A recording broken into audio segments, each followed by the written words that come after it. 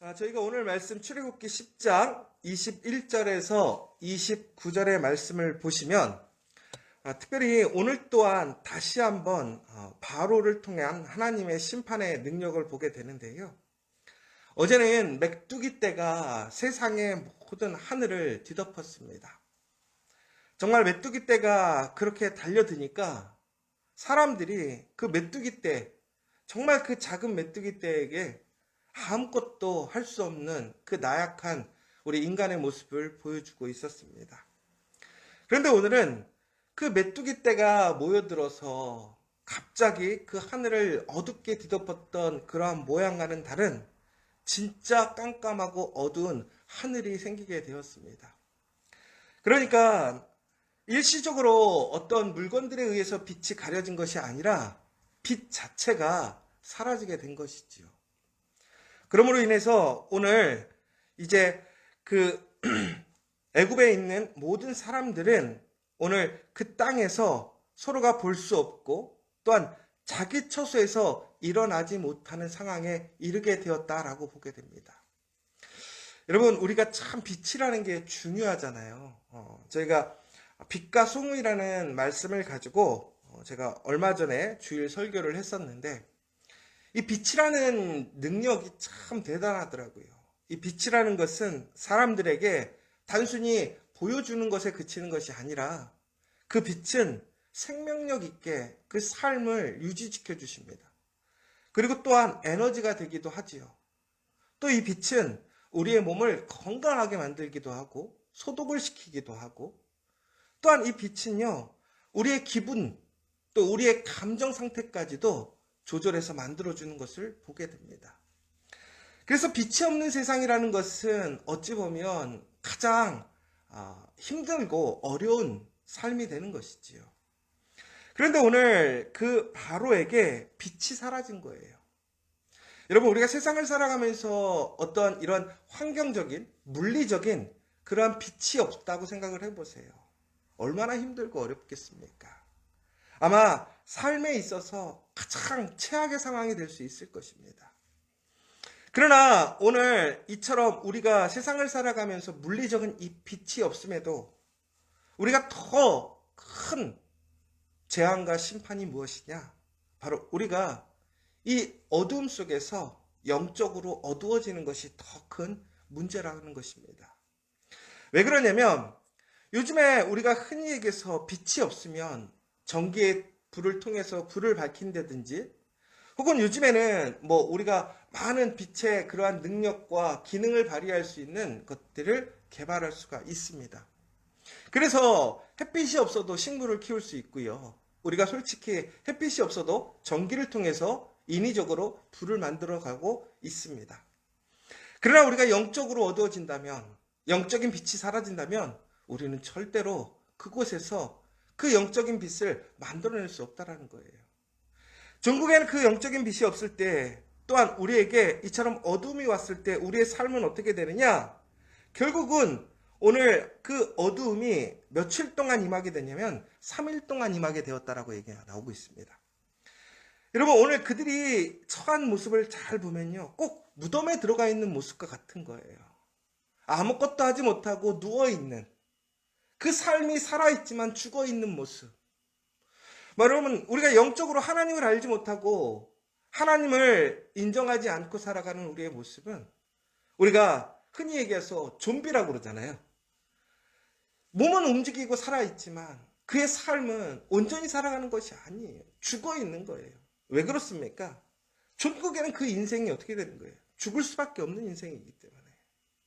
그러나 하나님을 아는 사람들, 하나님의 자녀들은 그들에게는 빛이 있는 거예요. 생명이 있는 거예요. 비록 오늘의 우리의 삶이 어렵고 힘들고 상하고 또한 많은 도전과 고난 속에 있을지라도 우리는 빛 가운데 있다면 그 빛에는 소망이 있는 거예요. 생명이 있는 거예요. 구원이 있고 그 삶에 정말 하나님의 복된 그 인생의 미래가 준비되어 있다는 사실입니다. 여러분, 우리가 예수 그리스도를 믿는다라고 하는 것은 바로 우리가 이처럼 하나님의 빛된 자녀가 되었다라는 사실을 기억하시기 바랍니다. 오늘 우리에게 이처럼 그 빛이 있으므로 하나님의 백성들은 그 어떠한 어둠이 와도 그 빛이 어둠을 물리치는 거예요. 오늘 다시 한번 아주 놀라운 사실을 보게 되죠. 한 번 더 저번에도 그랬었지만 이스라엘 백성들이 살고 있던 그 고센 땅, 하나님께서는 애굽과 고센 땅을 구별하셨어요. 그런데 오늘 이 어두움이 어떻게 되었습니까? 애굽에는 빛이 없는 거예요. 어둠이 없는 거예요. 그런데 고센 땅에는 빛이 있는 거예요.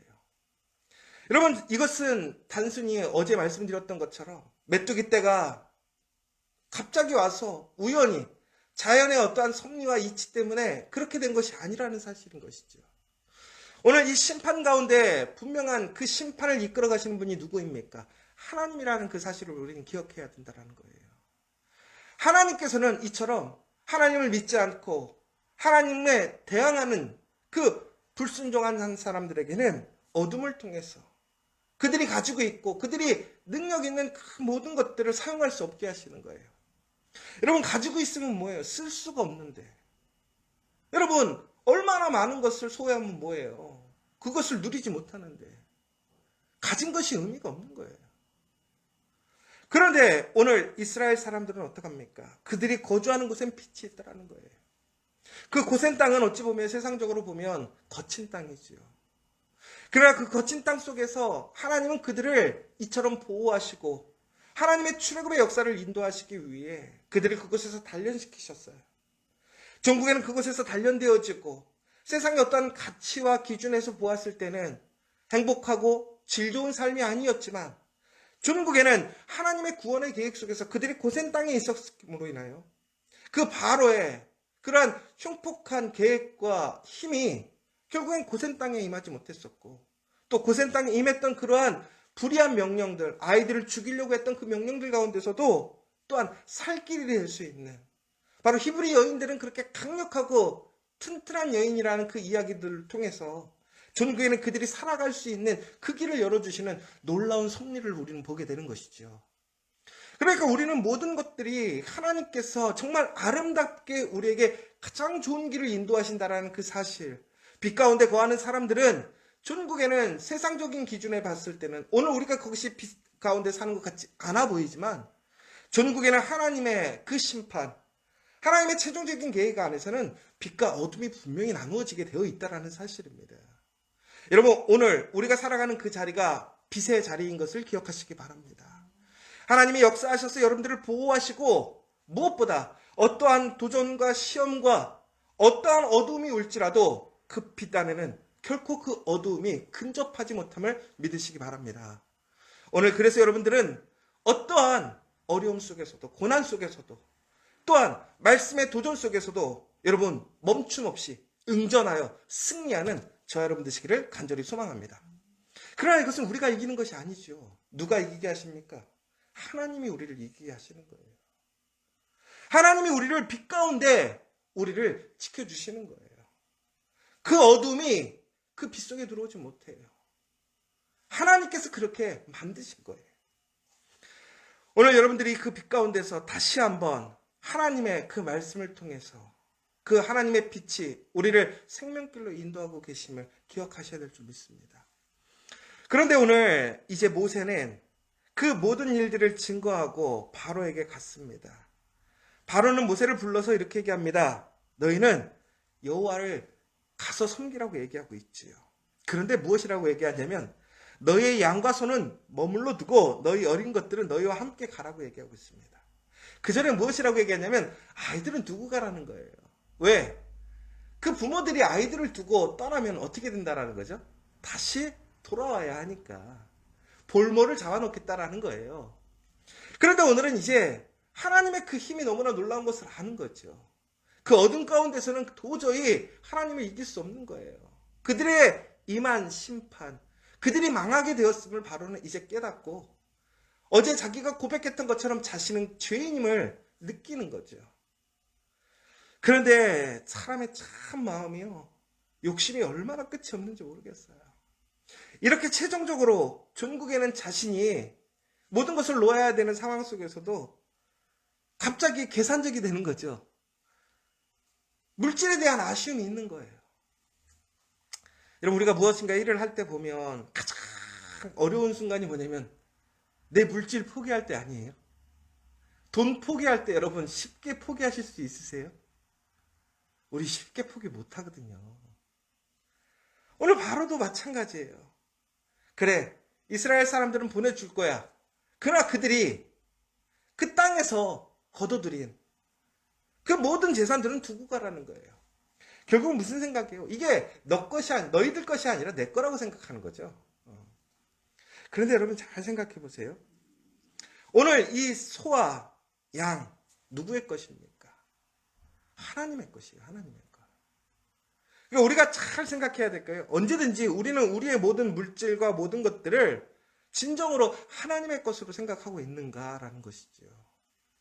그런데 오히려 모세는 이러한 이야기에 오히려 더 담대하게 거절합니다. 오히려 왕이 하나님께 예배드리러 가려면 그 양을 혹은 염소를 더 나아가서 하나님께 예배드릴 그 재물을 왕이 우리에게 주어야 한다는 거예요. 이제는 무슨 얘기냐면 왕도 하나님께 뭘 해야 된다는 거예요. 예배드리는 사람이 돼야 된다는 거예요. 오늘 모세의 이야기는 뭐냐면 당신은 왕이 아니라는 거예요. 그래, 세상에 왕은 있을 수 있어요. 그러나 당신보다 더 높으신 하나님이 있음을 인정하라는 것이지요. 하나님을 예배하라는 거예요. 중국에는 바로가 그것에 대해서 대항하지 못합니다. 중국에는 어떻게 됩니까? 하나님을 그의 입술로 온전하게 고백하지 못하지만 그는 하나님을 왕으로 인정할 수밖에 없는 거예요. 여러분, 이처럼 하나님이 함께 하시면, 하나님의 능력이 임하시면 누가 하나님인지, 이 땅에 진정한 힘과 능력이 누구에게 있는지 증거가 되는 거예요. 여러분, 믿음의 자녀들은 이처럼 하나님의 능력 안에서 담대해야 될 줄 믿습니다. 어떠한 세상적인 타협과 어떤 세상적인 그런 물질의 그 유혹 앞에서도 우리는 그 모든 것이 하나님의 것이고 또한 그 하나님 안에서 그 모든 질서와 계획이 진행됨을 인정하면서 하나님이 기쁘시게 할, 하나님께서 기뻐하시는 그러한 삶의 모습을 지켜갈 때에 우리는 그 능력 안에서 승리하는 삶이 될 줄 믿습니다. 여러분, 오늘 다시 한번 우리가 어떠한 순간에도 우리의 마음이 진정으로 하나님을 볼 수 있는 그 빛의 자녀들이 될 수 있기를 기도하십시오. 특별히 오늘 또 안타까운 것은 27절에 보면 여호와께서 바로의 마음을 완악하게 하셨으므로 그들을 보내기를 기뻐하지 아니하고라고 나와 있습니다. 여러분, 세상에 어두움이 왔는데 그 어두움으로 인해 아무것도 할 수가 없는 거예요. 중국에는 하나님을 인정하게 되었는데 더 문제는 그 어두움 속에서도 그의 마음은 아직도 어두운 거예요. 빛을 회복하기를 원하지 않는 거예요. 그 세상의 물리적인 빛을 회복하기 위해 이제 이스라엘 사람들을 보내줍니다. 그가 가장 아끼고 소중하고 또한 놓치기 싫었던 재물까지도 다 줘요. 그런데 그의 마음은 아직도 빛에 있지 못한 거예요. 여러분, 우리가 세상의 모든 것을 다 얻고 다시 회복되어진다 할지라도 우리가 예수 그리스도로 인하여 우리 생명, 우리의 심령 가운데 빛이 없다면 우리는 그 인생은 불행한 인생이라는 거예요. 오히려 오늘 우리가 그러나 많은 것을 소유하지 못했을지라도 또한 많은 도전과 어떤 그런 고난과 역경 속에 있을지라도 우리 안에 예수 그리스도가 나의 주인으로 빛으로 계시다면 우리에게는 소망이 있는 거예요. 우리 안에 있는 그 빛이 우리의 삶을 빛으로 바꿔놓으실 것을 믿으시기 바랍니다. 결코 세상의 빛이 우리를 빛 가운데로 이끌어가지 못해요. 그러나 반대로 우리 안에 있는 그 예수 그리스도의 보혈의 능력, 그 부활의 능력, 그 생명의 빛이 우리의 삶, 우리의 가정, 우리의 일터, 우리 공동체를 변화하게 될 줄 믿습니다. 오늘 이 시간 다시 한번 하나님, 내 안에 그리스도의 빛이 온전히 남아있게 하시고 나의 이 빛, 그리스도의 빛으로 우리의 삶의 모든 어둠을 몰아내달라고, 세상의 그 어둠 속에서 우리가 빛으로 살아가게 될 때 그 빛에 구별된 삶을 그 하나님의 은혜 안에 머물게 해달라고 이 시간 간절히 기도하는 시간 되시기를 간절히 소망합니다.